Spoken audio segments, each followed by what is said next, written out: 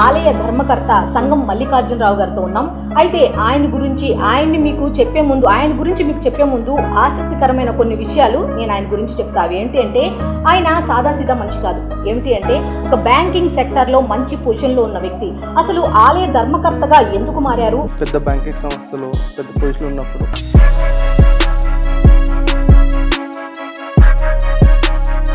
మా నాన్నగారికి అదే అన్నారనమాట, నువ్వు నన్ను వదిలేసి వెళ్ళిపోయా ఊరు నుంచి.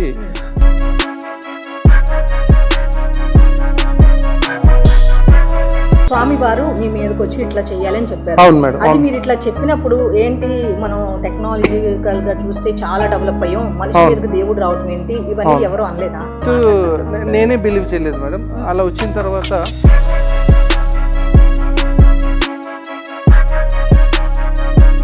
మరకత శివలింగం, దీని ప్రత్యేకత ఏమిటి? ఎక్కడి నుంచి తెప్పించారు? ఆ థాట్ ఎట్లా వచ్చింది?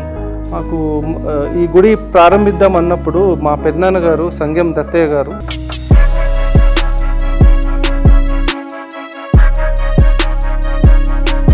ఇప్పుడు నాగేంద్ర స్వామి వారు కూడా ఇందాక పుట్టం చూసి అట్లా కనిపించి అదృశ్యం అవుతారు అని అంటారు, వాస్తవమైనది? నేను అయితే ప్రాక్టికల్గా చూడలేదు మేడం. ఈ గుడి నిర్మాణం అప్పుడు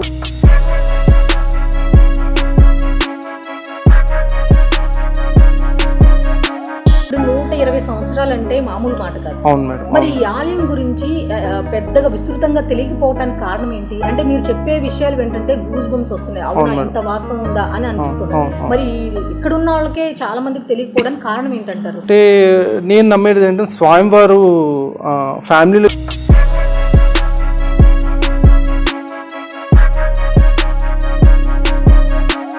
తిరుమల తిరుపతి దేవస్థానం తర్వాత చాలా ప్రాముఖ్యత పొందిన దేవాలయాల్లో ఫిలిం నగర్ లో ఉన్న దేవాలయం కూడా ఒకటి.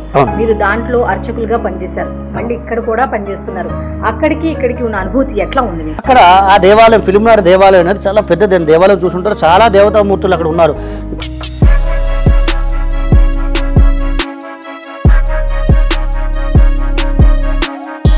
పవన్ కళ్యాణ్ గారి దాకా ఈ ఆలయ చరిత్ర వెళ్ళింది, ఆయన కూడా రావడానికి సుముఖంగా ఉన్నారు. మీరు వెళ్ళి కలిసినట్టుగా వార్తలు రాబోతా. దేవాలయం ప్రతిష్ఠ గురించి నేను పక్కన వీళ్ళందరినీ అడిగే క్రమంలో వాళ్ళు చెప్పారనమాట, ఇందులో పవన్ కళ్యాణ్ ఇక్కడికి రావటం అనేది వాస్తవం ఎంత? లేదండి. అది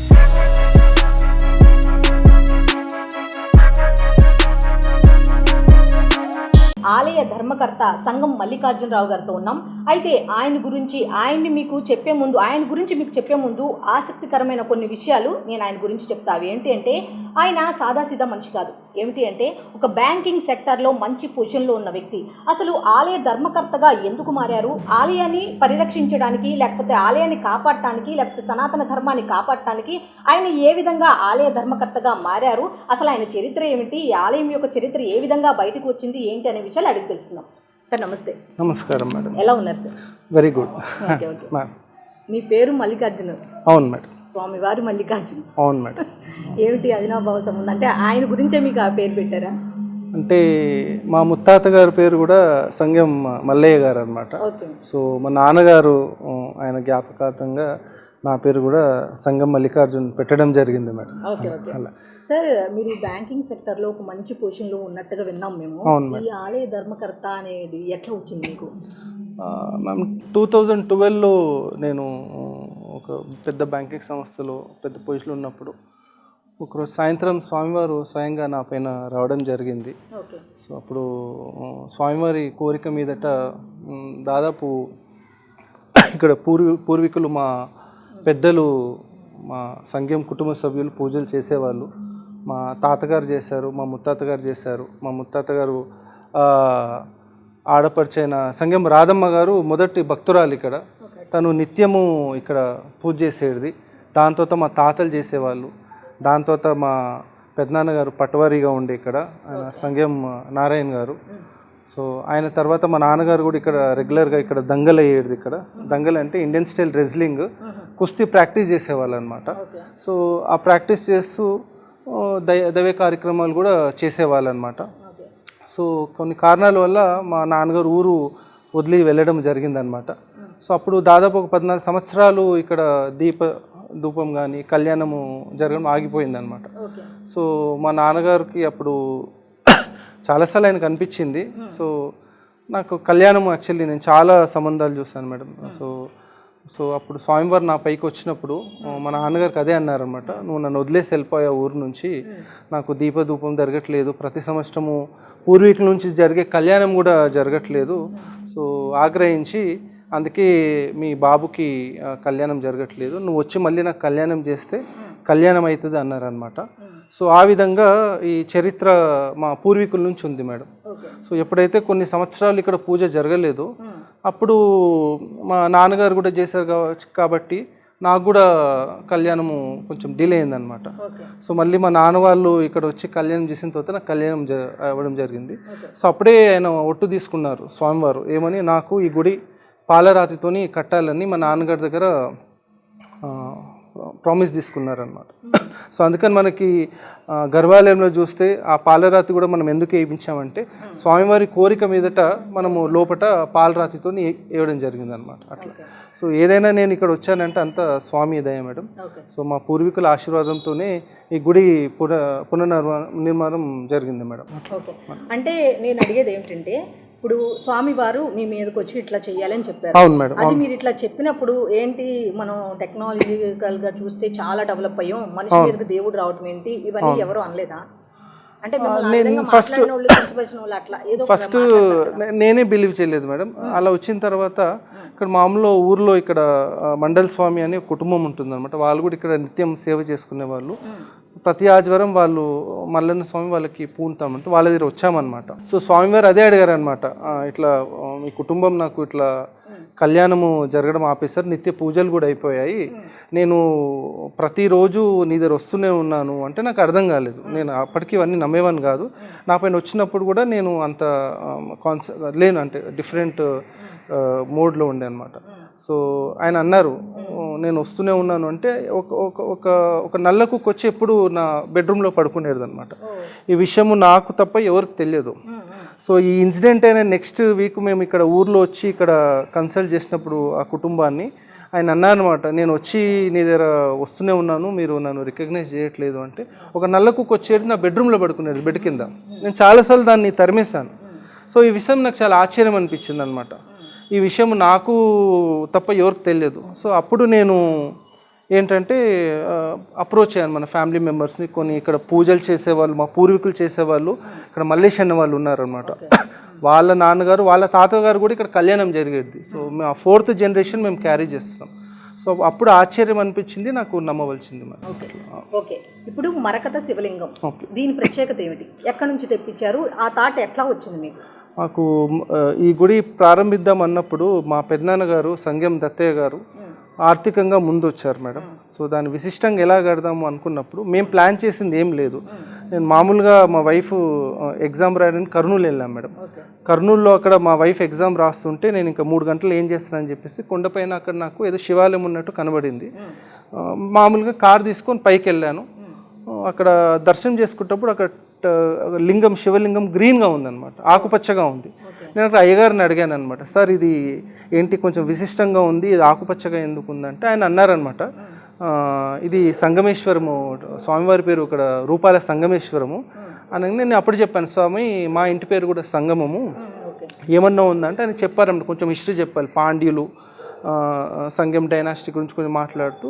సో అప్పుడు నాకు థాట్ వచ్చిందన్నమాట, ఆ గుడిలో నేను ప్లాన్ చేసింది కాదు, ఆ గుడి వెళ్ళినప్పుడు గ్రీన్గా ఉంది, స్వామి మరి ఇలాంటి లింగము మేము కూడా గుడి కడుతున్నాము మా పూర్వీకులది అంటే ఆయన ఇచ్చారు, మీకు ఇలాంటి లింగం కావాలంటే మీరు జైపూర్ వెళ్తే మీకు మరకటము దొరుకుతుందంటే. అప్పుడు నేను మా ఫ్యామిలీని, మా చిన్న తాత వాళ్ళ ఆ బాబుని, ఇంకా మా బావగారు, మా అన్నని కలిపి ఇక్కడ నుంచి మహారాష్ట్రలో జేజూర్ అని స్వామివారు పరిపాలించిన సామ్రాజ్యం ఉంటుంది, ఖండోబా అంటారు. పూణే సమీపంలో 40 కిలోమీటర్లో స్వామివారు మొదటిగా నిలిచి అక్కడ సామ్రాజ్యం పరిపాలించిన జేజూరి ఖండోబా టెంపుల్ అంటారు. అక్కడ స్వామివారి దగ్గర వెళ్ళి ఆయన ఆశీర్వాదం తీసుకుని జైపూర్ వెళ్ళి, జనరల్గా అందరూ రెడీమేడ్ లింగం కొంటారు మేడం, మేము అలా కాకుండా డైరెక్ట్ స్టోను పర్చేస్ చేస్తామన్నమాట. సో స్టోన్ పర్చేస్ చేసి దాన్ని దాదాపు 6 months దాన్ని లింగ రూపంలో చేసి ఆ స్వామివారి ఆశీర్వాదంతో మేము ఇక్కడ రావడం జరిగింది మేడం. అట్లా నెక్స్ట్ మరకత శ్రీచక్రం గురించి కూడా చెప్పండి. అవును, మరకతి శ్రీచక్రము అక్కడ జైపూర్లో చేయిస్తున్నప్పుడు ఆయన అన్నారనమాట, ఇట్లా మల్లికార్జున స్వామి అమ్మవారు కూడా ఉంది కదా, మరి అమ్మవారి విశిష్టం కూడా మీరు ఏం తీసుకెళ్తారు అంటే నేను ఆయన అడిగాను. సో అక్కడ నాకు గ్రీన్గా లింగంతో పాటు కొన్ని కనబడ్డాయి అనమాట. సో నాకు ఐడియా వచ్చింది, ఇట్లా నాకు స్ఫటిక శ్రీచక్రం కంటే లింగం మరకతం ఉంది కదా, మీరు నాకు శ్రీచక్రం కూడా మరకటంది ఇవ్వండి రిలేటెడ్గా ఏంటి అంటే అక్కడ ఆయన జైపూర్లో అడ్వైజ్ ఇచ్చారు మేడం. సో ఏది కూడా మనం ప్లాన్ చేసింది లేదు మేడం, ఈ గుడిలో అంత దైవ సంకల్పంతోనే ప్రతిదీ అవుతూ వచ్చింది, మా పూర్వీకుల ఆశీర్వాదంతో. ప్లస్ ఏదన్నా మీకు ఆల్రెడీ చెప్పాను కదా, ఏదన్నా అపచారం జరిగి ఉన్నా సరే స్వామివారు స్వయంగా మా కుటుంబంలో ఎవరిపైన పోలి మాకు హెచ్చరిస్తూ ఈ దేవాలయం నిర్మాణం కానీ కార్యక్రమం కానీ మరి మా పూజారి స్వామివారు రావడం కూడా అంతగా స్వామి సంకల్పం మేడం. అది ఇప్పుడు నాగేంద్ర స్వామి వారు కూడా ఇందాక పుట్టం చూసాం. అవును మేడం, అవును, అట్లా కనిపించి అదృశ్యం అవుతారు అని అంటున్నారు, వాస్తవమైనది? నేను అయితే ప్రాక్టికల్గా చూడలేదు మేడం. ఈ గుడి నిర్మాణం అప్పుడు మా పూర్వీకులు మా మా మా మా ఫ్యామిలీ మెంబర్స్ చూశారు. ఇక్కడ పనిచేసే వాళ్ళు నిర్మాణం అప్పుడు ట్రాక్టర్ అప్పుడు ఆయన చూశాడు. ఆ కనబడడం కూడా ఎలా కనబడుతుంది మేడం, మీరు చూసి ఇలా ఇలా మళ్ళీ చెప్పే లోపల అది మళ్ళీ కనబడదు అనమాట. మా డ్రైవర్కి కనబడ్డది. ఇప్పుడు కూడా ఒక 2 విగ్రహాలు లేవన్నమాట. నాగేంద్ర స్వయంగా వచ్చి ఆ విగ్రహాలు పుట్టలో తీసుకెళ్ళిపోయారు. మా డ్రైవరు ఒకసారి చేతు పెట్టారు కానీ ఆయన ఒక డిఫరెంట్ డైమెన్షన్లో వెళ్ళిపోయాడు, మొత్తం చెమట అయిపోయింది. నేను అడిగాను ఏమైందంటే, సార్ ఒకటేదో వస్తువు వచ్చి ఇట్లా లోపలికి తీసుకెళ్ళింది, ఆ 2 విగ్రహాలు కూడా కింద ఉన్నాయి. మేము గుడి పురి నిర్మాణం మళ్ళీ చేస్తున్నాం, పాత గుడి కూడా కొంచెం కడదామని. ఆ టైంలో ఖచ్చితంగా ఆ 2 విగ్రహాలు మళ్ళీ వెళ్తాయి. ప్లస్ స్వామివారు కూడా స్వయంగా వచ్చి పైకి తీయమని కూడా మా తమ్ముడు పైకి వచ్చి కూడా ఆ పాత విగ్రహాలు తీయమని కూడా చెప్పాము. అంటే మీరు ఇందాక అన్నారు 2017లో స్టార్ట్ చేసామంటే 2022 ఇప్పుడు అయింది. అవును మేడం, అవును మేడం. అంటే ఎవరైనా దాతలు వచ్చి మీకు హెల్ప్ చేశారా, లేకపోతే మీ ఓన్గా దీని మీద మన ధర్మాన్ని కాపాడుకోవాలి స్వామివారు మీ దగ్గరికి వచ్చి చెప్పారు కాబట్టి అన్న ఉద్దేశంతో మీరు ఇచ్చేసారా? మేడం, స్వామివారు చెప్పాక ఆయన సంకల్పంతోనే మా పూర్వీకుల ఆశీర్వాదంతో ఆర్థికంగా మా పెద్దనాన్నగారు సంగం దత్తయ్య గౌడ్ గారు ఆయన ఆర్థికంగా ముందు వచ్చి మాకు సపోర్ట్ చేశారు మేడం. ఒట్టి మా ఫ్యామిలీ వాళ్ళే మా సంఘం కుటుంబ సభ్యులతో కలుపుకొని వాళ్ళ ద్వారానే కట్టాం మేడం. బయట ఎటువంటి సపోర్టు మేము అనుకున్నాం, చాలా గవర్నమెంట్ సపోర్ట్ తీసుకున్నాం పెద్ద దాతలు, కానీ మరి స్వామివారు ఎందుకో మరి మా పైనే కట్టాం మేడం. అట్లా 5 సంవత్సరాలు పట్టింది, లాక్డౌన్ వచ్చింది అలా, బట్ అయినా సరే మేము సక్సెస్ఫుల్గా కట్టి 2022 ఏప్రిల్ 15కి పునర్నిర్మాణం అయింది మేడం. ఓకే, ఇప్పుడు 120 సంవత్సరాలు అంటే మామూలు మాట కాదు. అవును మేడం. మరి ఈ ఆలయం గురించి పెద్దగా విస్తృతంగా తెలియకపోవటానికి కారణం ఏంటి అంటే, మీరు చెప్పే విషయాలు ఏంటంటే గూస్ బంప్స్ వస్తున్నాయి, అవునా ఇంత వాస్తవం ఉందా అని అనిపిస్తుంది. మరి ఇక్కడ ఉన్న వాళ్ళకే చాలా మందికి తెలియకపోవడానికి కారణం ఏంటంటారు? అంటే నేను నమ్మేది ఏంటంటే స్వామివారు ఫ్యామిలీలో ఎవరికొకరికి అవకాశం ఇస్తారనమాట. మా అన్నయ్యలు కానీ మా ఫ్యామిలీ మెంబర్స్ కూడా వాళ్ళకి అవకాశం వచ్చింది చేయడానికి. మరి ఎందుకో మా నాన్నగారు ఉండడం కానీ మా తాత వాళ్ళు చేసేవడానికి నేను ఆ పేరు పెట్టుకున్నానేమో మరి, కానీ దానివల్ల నాకు అవకాశం వచ్చి నాకు కూడా కొన్ని పిలుపులు కానీ స్వామివారు అంటే చెప్పడం కానీ మా పూర్వీకులు చెప్పడం కానీ దానివల్ల నాకు అవకాశం వచ్చింది అనుకుంటా. మా అన్నయ్య వాళ్ళకి కూడా వచ్చింది, బట్ నాకు రావడం కారణం ఏమంటే నేను ఆయన నామకరణం తీసుకున్నానేమో. మా నాన్నగారు ఎక్కువ టైం స్పెండ్ చేస్తారు. నేను ఎలా కోఆపరేట్ నుంచి ఎగ్జిట్ అయ్యి సేవలో ఉన్నాను, మన ధర్మం ఎలా కాపాడుకుంటున్నాను, మా నాన్నగారు ఆశీర్వాదం మా పూర్వీకుల ఆశీర్వాదం ఉందని అనుకుంటున్నాను మేడం. నేనైతే అట్లా అంటే మీ నాన్నగారి తర్వాత మీ తర్వాత మీ పిల్లలు కూడా ఈ ధర్మం గురించి మొత్తం ఐడియా ఉందండి? మేడం, మా పిల్లల్ని రెగ్యులర్గా అది తీసుకొస్తున్నాము. మా పూర్వీకులు కూడా వాళ్ళ ఆశీర్వాదం ఉంది. మా కుటుంబ సభ్యులు కూడా ప్రతి ఈవెంట్స్కి అంటే నిత్యం జరిగే కైంకర్యాలు అన్నిట్లో కూడా పార్టిసిపేట్ చేస్తారు మేడం. గుడి కట్టిన తర్వాత దాదాపు మా కుటుంబం దాదాపు 100 మంది ఉంటుండే మేడం ఒక ఇంట్లో. సో వాళ్ళందరూ ఒకే ఇంట్లోనే 100 మంది ఉంటుండే, చాలా పెద్ద ఫ్యామిలీ మేడం. సో ఆ ఫ్యామిలీ మెంబర్స్ అందరూ కూడా మళ్ళీ కలవడము, మళ్ళీ ప్రతి సంవత్సరం స్వామివారికి కళ్యాణం చేయడము, ప్లస్ ప్రతి జరిగే పూజలో కూడా అందరు ఫ్యామిలీ మెంబర్స్ సపోర్ట్ ఇస్తున్నారు మేడం. ఇప్పుడు అంటే జనరల్గా అడుగుతున్నాను నేను, ఇప్పుడు ఈ మధ్య మనం దేవాలయాల మీద దాడులు ఎక్కువగా జరుగుతున్న సంఘటనలు చాలా చూసాం. అవును మేడం. అటువంటి విన్నప్పుడు ఎట్లా అనిపిస్తుంది మీకు? బాధ అనిపిస్తుందా, లేకపోతే ఇలా ఎందుకు చేస్తున్నారు అనేది అనిపిస్తుందా? కలియుగం మేడం, కలియుగం ఇది. సో వాళ్ళు కలియుగంలో మీకు తెలిసి ఎన్ని దారుణాలు అవుతున్నాయో, ఈ దేవాలయం కూడా కట్టిన తర్వాత కూడా మేడం తెలియని వ్యక్తులు ఎవరో కూడా గుడి పైన నిమ్మకాయలు వేశారు. సో నేను స్వామి మాలలో ప్రతి సంవత్సరం కార్తీక మాసంలో ఇక్కడే ఉంటాను నేను. సో గుడి మీదనే మంత్రి ఇచ్చేశారు. సో అది మంత్రి ఇచ్చినారు మనకు ఎలా తెలుసు అంటే స్వామివారు స్వయంగా మా కొడుకు పైన వచ్చి పలకడం జరిగింది. అవి మేము రికార్డ్ చేసామన్నమాట. మేము ఆశ్చర్యపోయామన్నమాట. ఏ రోజు ఎప్పుడు ఎన్ని గంటలకు వేశారు అనేది ఆయన చాలా ఆగ్రహించారు స్వామివారు. ఇట్లా ఎవరో మంత్రి చేశారు 3 నిమ్మకాయలు పైన వేశారు అనగానే మేము ఫస్ట్ నమ్మలేదు మేడం, ఎందుకంటే నేను చదువుకున్నాను ఇవన్నీ. సో అలా ఈ స్టెప్స్ ద్వారా పైకెక్కి అయ్యగారిని తీసుకొని వెళ్తే అక్కడ 3 నిమ్మకాయలు ఉన్నాయి. 3 నిమ్మకాయలు ఉన్నాయి. అది నేను వీడియోస్ కూడా తీశాను. సో 3 నిమ్మకాయలు ఉన్నాయి. కానీ అప్పుడు మేము దేవాలయం పునర్నిర్మాణం చేసాం కదా, అప్పుడు ఎవరికి చెప్పలేదు, ఎందుకు ఇలాంటివి మనం నమ్మం కదా అని చెప్పేసి. కానీ ఏదన్నా ఇక్కడ తప్పు చేయడం కానీ తెలిసి తెలియక తప్పు చేస్తే స్వామివారు స్వయంగా వచ్చి చేస్తారు. సో దురదృష్టం మేడం, అది మన వాళ్ళు చేస్తారో ఎవరు చేస్తారో మనం బ్లేమ్ చేయలేము. కానీ ఎటువంటి పొరపాటు చేయాలనుకున్నా సరే స్వామివారు స్వయంగా మా కుటుంబ సభ్యులు ఎవరికైనా పైకి వచ్చి ఆయన ఈ పలకడం ఈ సత్యాలని చేయడం జరుగుతుంది. ఓకే, నెక్స్ట్ ఇప్పటి వరకు సక్సెస్ఫుల్గా ఇట్లా నడుపుతూ గడుపుతూ తెలియని వాళ్ళకి తెలియజేస్తూ వచ్చారు. నెక్స్ట్ మీ స్టెప్స్ ఎలా ఉండబోతున్నాయి? ఈ ఆలయ డెవలప్మెంట్కి మీరు ఏం చేయబోతున్నారు? ఆలయ డెవలప్మెంట్ మేడం, మేము ఇంకా భక్తులకి ఎక్కడ కూడా మనకి స్పర్శ దర్శనము అభిషేకం లేదు మేడం. మరి మన అయ్యగారు వచ్చిన తర్వాత వాళ్ళ చేతుల ద్వారా లాస్ట్ 3 months నుంచి అంటే మన శివరాత్రి నుంచి స్వయంగా భక్తులు వచ్చి వాళ్ళ చేతితోని ఇక్కడ అభిషేకం చేసుకొని చేతుల్లో స్పర్శ దర్శనం చేసుకోవచ్చు మేడం. ఆ అవకాశం మనం గొప్పగా కల్పించాం మనం. అదొకటి కల్పించాం. అలానే ఉపాలయాలు కూడా కడుతున్నాం మేడం. ఇక్కడ ఉపాలయాల్లో మనం ఇక్కడ పంచముఖ ఆంజనేయ స్వామి, నవగ్రహాలు, కాలభైరవుడు, చంద్రేశ్వరుడు, దక్షిణామూర్తి, పాత గుడి కూడా కొంచెం మనము పునర్నిర్మాణం చేద్దామని అనుకున్నాం అనమాట. ఇవన్నీ కూడా మనము మహాబలేశ్వరం తమిళనాడులో ఇవన్నీ విగ్రహాలు కూడా ఆర్డర్ చేయడం జరిగింది. సో 25 to 30 lakhs అవుతుంది మేడం. ఓకే, ఇక్కడ బోర్ కూడా అప్పుడు వేయించినప్పుడు 240 feet వేయించాము. ఇప్పుడు దాదాపు ఏరియాలో మీరు చూస్తున్నారు ఎంత డెవలప్మెంట్ అయింది. సో బోర్ వాటర్ లెవెల్ కూడా తగ్గింది. సో శివాలయంకి కావాల్సింది మెయిన్ ఏంటంటే వాటర్ మేడం. సో ఎవరైనా దాతలు ముందుకు వచ్చి బోర్ వేపిస్తే మేము చాలా సంతోషపడతాం మేడం. అట్లా థ్యాంక్ యూ మేడం. చూశారు కదా, ఇందాక నేను ఒక మాట చెప్పా, ఆలయాల మీద దాడులు అని. ఇలా సనాతన ధర్మం కోసం ఇటువంటి వాళ్ళు ముందుకు వస్తే అసలు ఆలయాల మీద దాడులు ఎందుకు జరుగుతాయి, సనాతన ధర్మానికి నష్టం ఎందుకు జరుగుతుంది అనేది మనం చెప్పొచ్చు. ఇలా ఎవరైనా ఈ ఆలయానికి సంబంధించి ఈ గొప్ప మహత్యాలు విన్నవాళ్ళు ఎవరైనా సరే ఆలయానికి సంబంధించి ఏమైనా సహాయం చేయాలనుకుంటే దయచేసి చేయండి.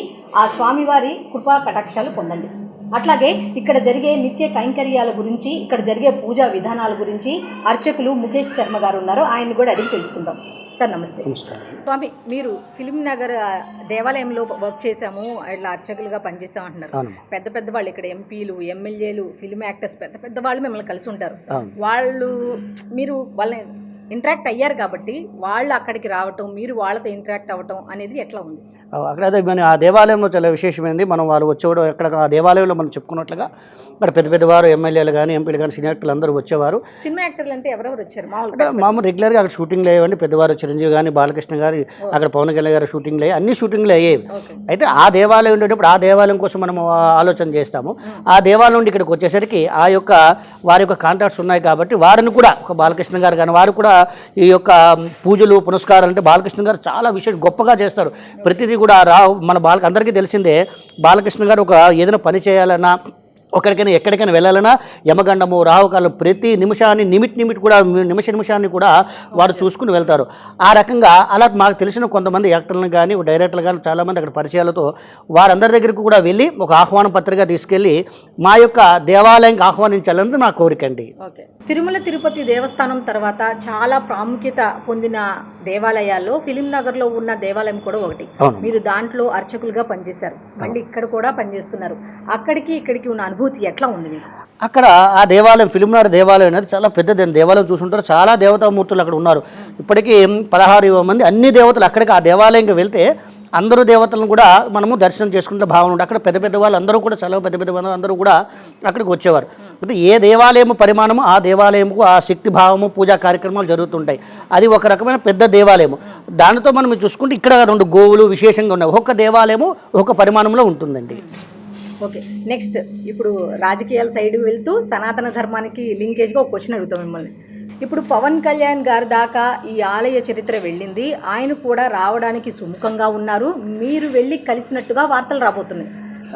ఆల్రెడీ వార్తలు కూడా ప్రచారంలో జరుగుతోంది. మేము స్టార్టింగ్లో ఇక్కడ దేవాలయం ప్రతిష్ఠ గురించి నేను పక్కన వీళ్ళందరినీ అడిగే క్రమంలో వాళ్ళు చెప్పారనమాట. ఇందులో పవన్ కళ్యాణ్ ఇక్కడికి రావటం అనేది వాస్తవం ఎంత? అది లేదండి, అది మేము అనుకుంటున్నాము, ప్రస్తుతం అయితే కలవలేదు. ఎందుకంటే ఈ యొక్క 120 సంవత్సరాలు చరిత్ర కలిగిన ఇటువంటి దేవాలయానికి వారిని కూడా వెళ్ళి ఆహ్వానించి ఈ హిందూ ధర్మ పరిరక్షణ ధర్మంగా కూడా దీన్ని మనం ఈ దేవాలయం ముందుకు తీసుకెళ్లిన భావంతో వారి దగ్గరకు ఒకసారి వెళ్ళి కలవాలన్న భావంతో అయితే నేను చైర్మన్ గారు వారి కుటుంబ సభ్యులు ఎవరైతే ఉన్నారో అందరం కలిసి ఒకసారి వెళ్ళి వారిని కలవాలనే ఉద్దేశంతో అయితే ఉంది. ప్రస్తుతానికి కలవలేదు, అవకాశం ఇవ్వాలి కానీ వారికి కూడా వారి పనులు కూడా ఉంటాయి కాబట్టి మనసులో సంకల్పం వచ్చింది. శివాజ్ఞ లేదే చేవేనకూడదు. ఆ స్వామివారు మాకు అవకాశం ఇచ్చేటట్లు ఉంటే తప్పకుండా వారిని కలుస్తాము, వారిని ఆహ్వానిస్తాము.